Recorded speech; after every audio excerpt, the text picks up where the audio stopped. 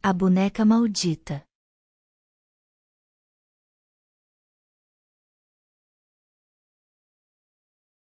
Olá! O que vou contar é uma história antiga, a qual foi contada diversas vezes pela minha falecida avó Nair Maria da Silveira, sendo que sempre fiquei assustado em cada vez que ouvia esse relato. Minha avó sempre afirmou categoricamente que esse fato foi verídico.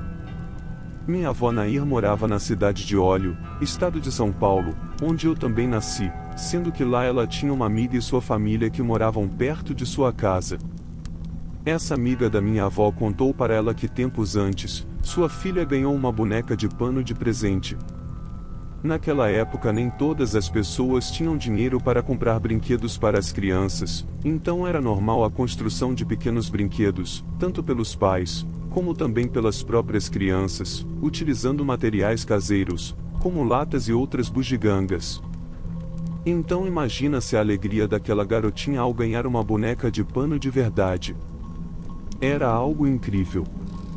A menina ficou muito apegada com a boneca, sendo que não a largava mais. O tempo passou, sendo que certo dia a mãe da garotinha notou que sua pequena camisola, a qual ela utilizava para dormir, estava chamuscada, como se tivesse sido exposta a fogo ou a um calor muito grande. Então a mãe resolveu perguntar para a filha o que havia acontecido com a camisola para ter ficado daquele jeito. A garotinha então inocentemente disse para sua mãe que sua boneca havia levado para um lugar muito quente, e que ela disse que era o inferno. A mãe, assustada, claro, não acreditou, mas ficou cismada com aquilo.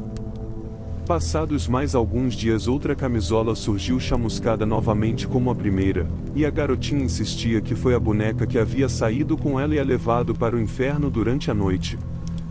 A mãe, já assustada, resolve então ficar de vigia durante algumas noites para ver o que acontecia.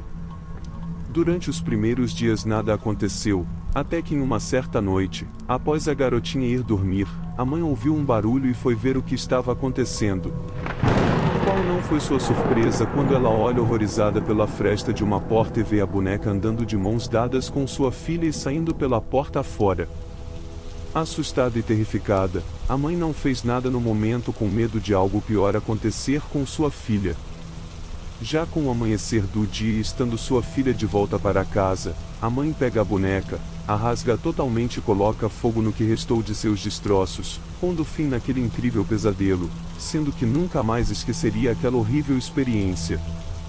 Muitos podem não acreditar em fatos como esse, mas nunca se devemos esquecer que em nosso mundo acontecem fatos impressionantes, os quais nunca foram desvendados e que desafiam a sobriedade dos mais céticos e dos mais estudados cientistas.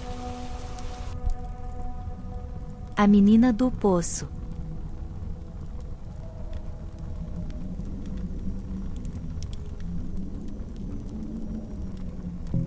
O relato a seguir é sobre um desses assustadores acontecimentos. O relato a seguir ocorreu ainda nos anos 70. Meus avós moravam em uma casa de aluguel bem no centro da cidade de São Roque, interior de São Paulo, casa que deu lugar hoje em dia a um estacionamento. Depois de muito economizar, conseguiram comprar sua casa própria num bairro vizinho ao centro.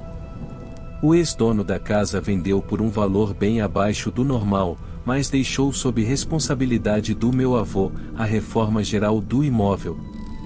Alguns dias antes da reforma, minha avó começou a sonhar com uma menina de mais ou menos 7 anos, com um vestidinho branco e com cabelos bem pretos. Ela não dizia nada, apenas ficava encarando minha avó, que no sonho, já estava morando na nova casa. Quando a reforma começou, os sonhos com essa menina se intensificaram e se tornaram mais assustadores. Na última semana da reforma, segundo os pedreiros disseram ao meu avô, aconteceu de tudo naquela casa. Ferramentas sumiram, pedras foram atiradas continuamente sobre o telhado, canos estouraram e o pior, descobriram no quintal um poço aterrado e cimentado por cima, e no cimento estava cravada uma cruz de madeira. Aquilo parecia um túmulo e assustou a todos que trabalhavam lá. À tarde, quando meu avô chegou para conferir os resultados finais da reforma, os pedreiros disseram a ele o ocorrido, mas ele não deu muita importância ao caso. Somente foi até o quintal e com uma marreta destruiu o cimentado sobre o poço, desfez a velha cruz de madeira e se foi. Finalmente, depois de quase um mês de reforma, no sábado puderam se mudar. Minha avó estava muito cansada, pois passou a noite toda tendo pesadelos com aquela menina, diferente dos sonhos iniciais. Naquela última noite a garota estava agressiva, corria pela casa e parecia irritada. À tarde, meu avô saiu para comprar algumas coisas que faltavam para casa, enquanto minha avó ficou na cozinha terminando de ajeitar as panelas e pratos. Enquanto fazia isso, notou alguém passando pelo vidro da cozinha no corredor do lado de fora. Como o vidro estava fechado e o vidro era canelado, ela só pôde ver uma sombra baixa indo em direção ao quintal. Minha avó imediatamente largou o que estava fazendo e foi até lá ver quem era. Ao abrir a porta da cozinha e andar na direção para onde foi a sombra, ela se depara frente a frente com a menina do sonho, do mesmo jeito, com aquele vestido branco e cabelos bem pretos, porém agora com um aspecto semi-transparente e incrivelmente seus pés não tocavam o chão, ficavam a alguns centímetros do solo. Aquela imagem paralisou minha avó no mesmo lugar, ela só conseguia respirar.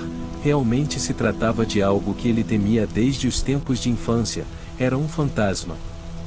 Depois de um tempo que minha avó não sabe precisar, o espectro sumiu. Somente nesse momento foi que ela conseguiu se mover e sair correndo para a frente da casa onde ficou esperando meu avô chegar. Quando ele chegou, ouviu em silêncio tudo o que ela falou, e para surpresa dela, ele comentou que tinha encontrado o ex-dono da casa na loja de matérias de construção, e falou sobre o que os pedreiros tinham presenciado na última semana de reforma, sendo que o ex-dono disse que realmente aquele lugar era interessante. Foi realmente esse termo que ele usou, interessante.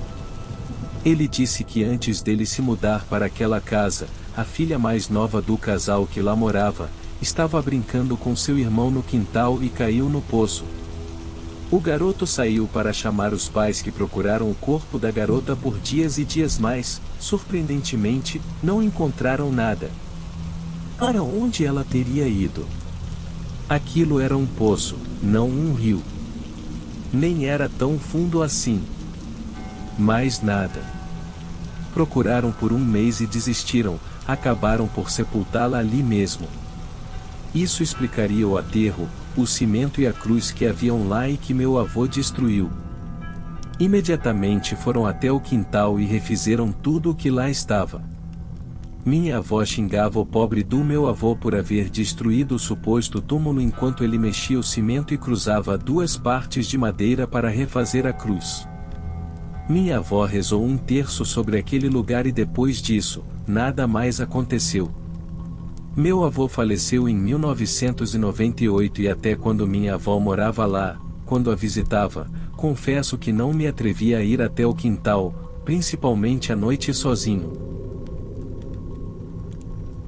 O caronista da Segunda Guerra.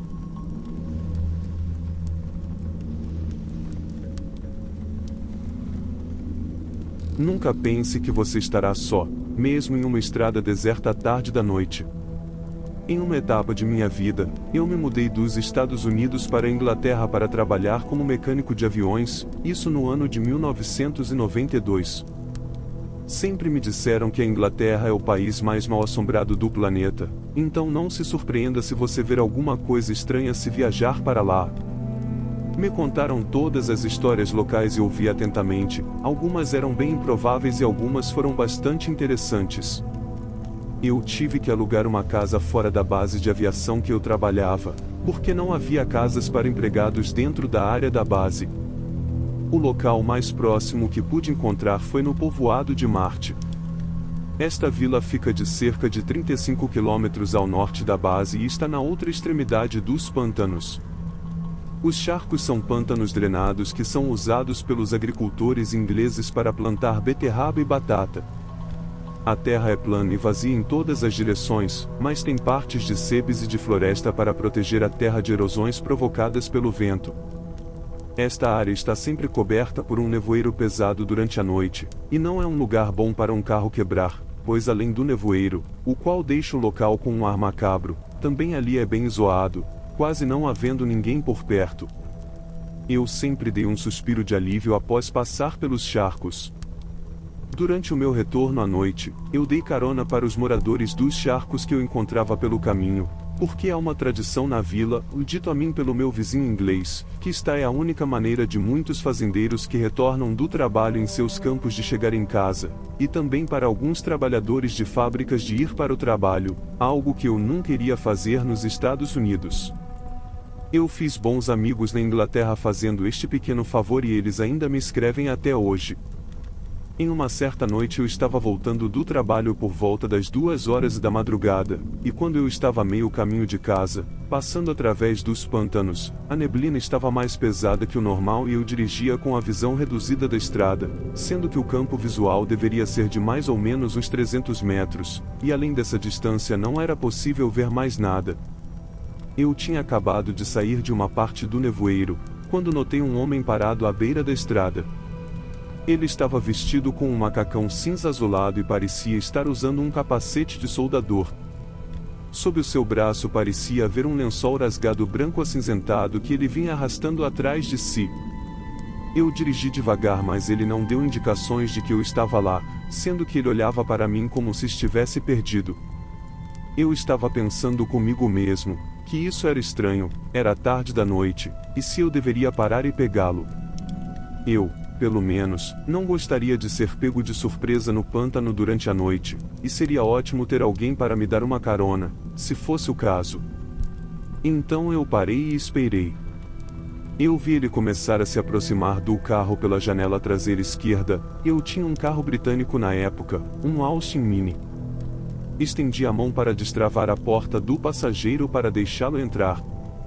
De repente os faróis ficaram fracos e o carro morreu.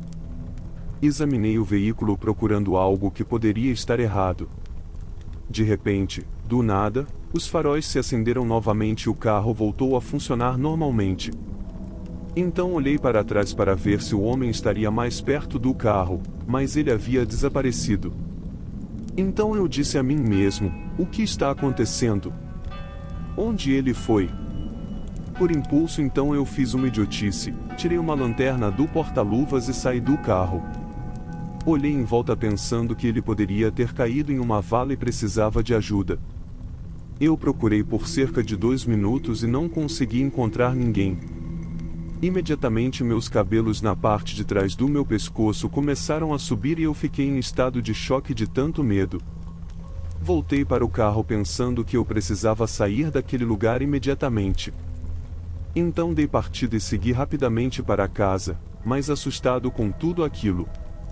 Alguns dias se passaram e eu não contei a ninguém da minha experiência, talvez com receio de que ninguém acreditasse em meu relato. Passados alguns dias, eu estava novamente voltando do trabalho, e chegando aos pântanos, naquele mesmo trecho da estrada, a polícia havia montado um bloqueio. Eu saí do carro para ver o que estava acontecendo. Então um polical me disse que um fazendeiro encontrou um velho bombardeiro alemão da Segunda Guerra Mundial, Heinkel 111, com a tripulação ainda a bordo. Aproximei-me do local onde os destroços foram encontrados. Notei que os membros da tripulação do bombardeiro, ou o que restava deles, estavam vestindo um macacão cinza azulado e usando um capacete de voo de couro que parecia com os de soldadores, do mesmo tipo do homem que eu vi na estrada na outra noite. Também um dos membros da tripulação possuía um paraquedas rasgado e desfiado perto dele que já estava branco acinzentado, uma ponta estava presa e esticada atrás dele, igual àquele que o homem carregava na estrada. Após ver tudo aquilo, eu raciocinei e percebi que aquilo que eu havia visto a outra noite, talvez fosse um dos tripulantes do avião acidentado, mesmo estando no além, estava tentando voltar para casa. Por isso cuidado com os caronistas que você talvez encontre um dia pelo caminho. Nunca se sabe o que poderá estar em seu caminho.